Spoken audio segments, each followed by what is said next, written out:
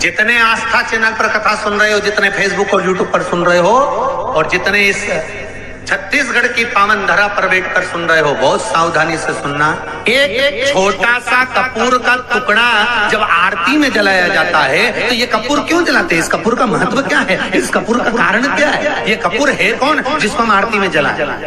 क्या जरूरत इस कपूर को आरती में जलाने की? क्या जरूरत इसको यज्ञशाला में जलाने की? क्या जरूरत है इस कपूर को पूजन में जलाने की? स्वयं गुरु बाबा कहते हैं, यदि कोई आरती में, पूजन में, घर में एक कपूर का टुकड़ा आरती के बाद में जब समर्पित करेगा तो उसको अश्वमेध यज्ञ का पुण्य प्राप्त हो जाएगा। अश्वमेध यज्ञ के पुण्य को पाने के लिए कपूर का टुकड़ा आज भी आरती में जलाया जाएगा। एक कपूर का टुकड़ा सुख का, इसीलिए हमारे यहाँ शास्त्र कहता है महाराज, जब आपको घर में अगर ऐसा लगने लगे कि 15 दिन से बहुत बेचैनी है, बहुत दुख तकलीफ लग रही है, कोई ना कोई बीमार पड़ रहा है, कुछ ना कुछ तकलीफें लग रही है, तो एक पीपल का पत्ता ले लो, उसके ऊपर एक कपूर का टुकड़ा ले लो, सारे घर में घुमाकर उसको दरवाजे के बीच मध्य में जलाकर रख दीजिए। थोड़ी सी देर 20 से 25 मिनट के अंदर मकान में एनर्जी वापिस आ जाएगी, उस भवन में एनर्जी वापिस प्राप्त हो जाएगी। 20 से 25 मिनट के अंदर एनर्जी वापस।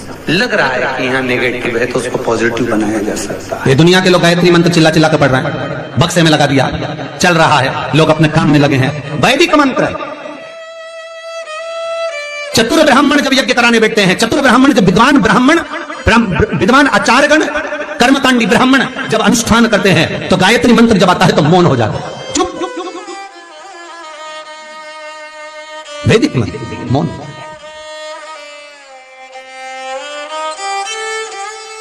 मंत्र का स्मरण, हमारे शंभू ने दिया 2 मंत्र ऐसा, ओम नमः शिवाय, कैसे भी बोले, श्री शिवाय नमस्तुभ्यम। महामृत्युंजय मंत्र, ये 3 जो मंत्र हैं, कोई पूछे कि इसमें बड़ा मंत्र कौन सा है?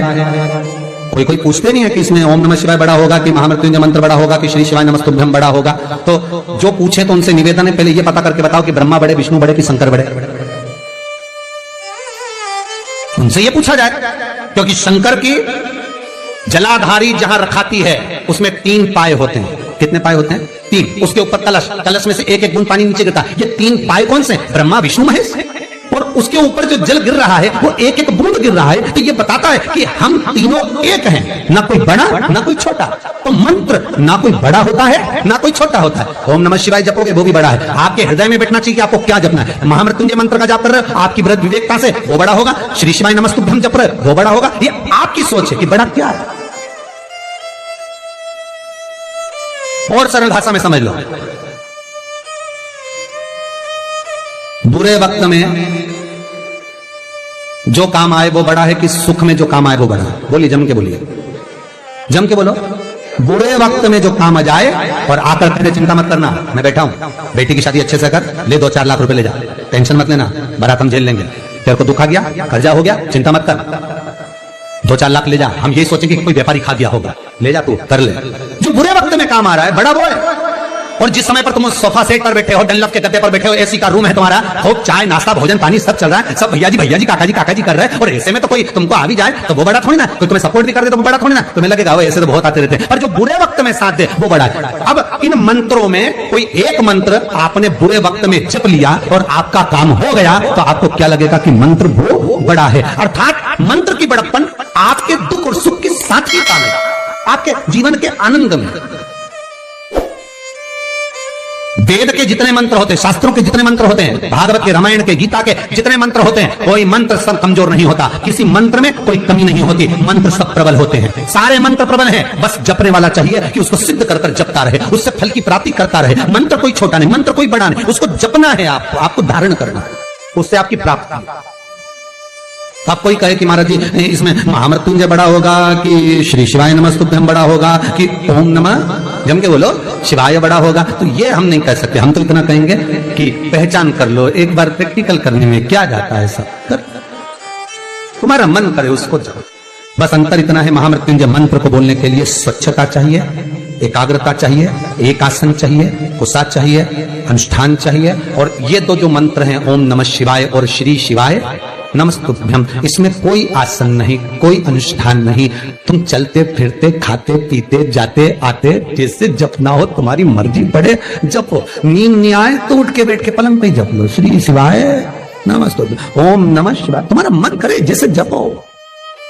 हम तो कई बार कहते हैं बच्चों को डांटो भी तो मंत्र का ओम नमः शिवाय चिल्ला भी रहा, श्री शिवाय नमस्तुभ्यम मंत्र का।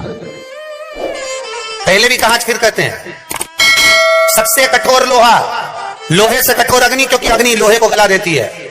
और अग्नि से कठोर होता है पानी, जो अग्नि को बुझा देता है। और पानी से कठोर होता है मनुष्य, जो लोटे में भर के डकार जाता है। और मनुष्य से ज्यादा कठोर होती है बीमारी, जो मनुष्य को ही निगल जाती है। और बीमारी से भी ज्यादा कठोर होता है मेरा कालों का काल महाकाल, जो बीमारी को ही निगल जाता है। अकाल मृत्यु वो मरे जो काम करे चंडाल का, और काल उसका क्या बिगाड़े जो भक्त हो महाकाल का। शंकर की उपासना करी है, शिव का स्मरण करा है, तो जीवन में सुख का भान तो रहेगा, आनंद की अनुभूति तो रहेगी। जिसका शरीर में कहीं चर्म रोग हो गया हो, चमड़ी सफेद पड़ गई हो, तो गाय के बछड़ा जब दूध पिए तो उसके फेन को चम्मच में उठा लो, निकाल लो, और पूर्णिमा की रात्रि को 12 बजे के लगभग में शरीर में उसको लगा लो, जहां दागे, और थोड़ी देर बैठ जाओ चंद्र की रोशनी के, थोड़ी देर बैठ जाओ। उसके बाद में फिर स्नान कर लो।